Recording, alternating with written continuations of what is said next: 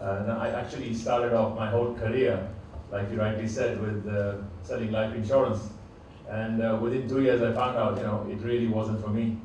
Because there was, you got a big prospect list and you got a hit list where you say, okay, what's happening? And you're supposed to, go and tell people that you're going to die one day. And nobody wants to hear that.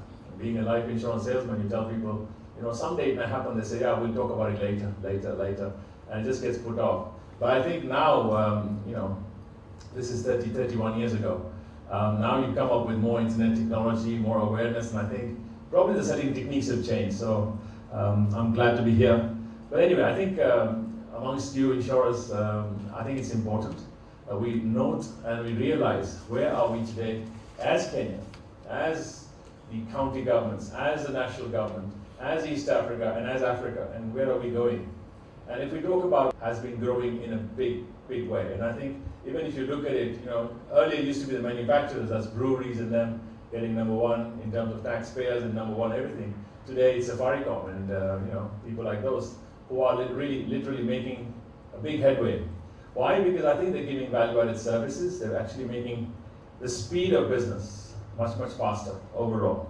I think the real driver has been that sector where the information asymmetry. And information asymmetry means there's a lot of information sitting in some pockets, but it's not getting to the people. And that's changed with technology, and I think that, if you look at the number of handsets, if you look at the number of tools people have for making calls, it started off with making calls, and you could make calls everywhere, and in fact it was cheaper to make international calls than even local calls at one stage, and that was a big farce. But at the same time, today, voice data is not going to be that big. It's going to go more and more towards data. And data, and then of course VoIP, voice over IP, which means you will have free voice coming forward if you have data services. So that's a big growth sector, and I think all the investments you see that are coming in the last few years, there's a huge amount of investments going on there. Obviously you see those towers all around you in some places, and you see a lot of, if you don't see the bandwidth inside your heads, it's going around. There's a lot of frequencies around here that really work. The sector has grown by 20% annually, year on year from the year 2000. Now that's real growth, and I think have we seen the peak and is it really gone off? I don't think so. I think there's a lot more happening there, because ultimately it has an impact, and I think the trickle-down effect on every other sector. I'm sure you have the same effect on your sector, but when you look at it from that respect, it goes around to everybody.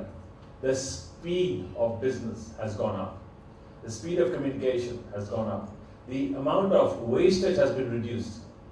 Now, even if you look at yourselves, when you were going to a meeting or whatever, you get a phone call, you could finish a meeting off, you could do technology stuff, which means Skyping.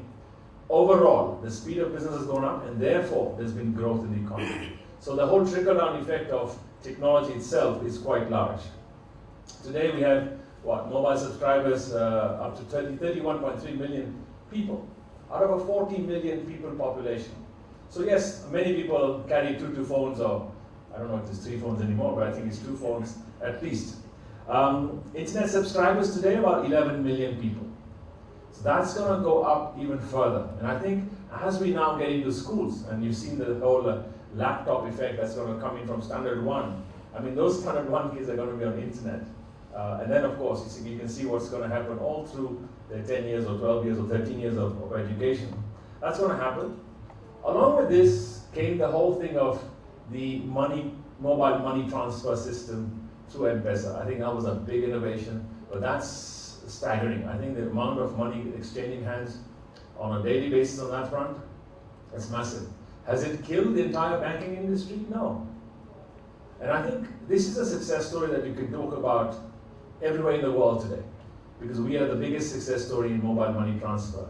The UK and India are really trying right now, but they can't get it because of regulation, and regulation by the current status quo, which is the bankers, who are resisting and saying, hang on, we might miss out a lot of the float and the cash going around. And this is where we need to have a regulator. Like what happened in that sector was, the regulator was somebody who was proactive, saying, let's make it happen. And along with that, the central banker was also one said, let's be proactive, let's make it happen. I probably think the bankers were sleeping to say, okay, no, it's not going to be a big thing, let's just let it go. They didn't object to it at that time. They came back later to object to it, but by that time, the public had sensed it and said, sorry, no more restrictions. So now what the banks are doing is piggyback riding on it. Piggyback riding on it with offerings where the cash transfer system happens directly, but you can also bank it and then you can get an interest on it. So they're also joining the bandwagon to say, let's be at the end of it. Now here is a lesson that I want to tell you about, that why can't the insurance industry do the same thing? Financing on a daily basis to M-Pesa or something, getting your premiums on a daily basis. You haven't paid today, your cover is off. Why can't that be done? We can go to micro insurance or whatever you call it, but pay it on a daily basis. I know when you used to ask for premiums, it was like 1 year's payment in one shot, and then you get your first year commission and second year commission, stuff like that. Why can't this be done on a daily basis? So offer it. I'm sure some of you may be looking at that, but that's an opportunity for you guys.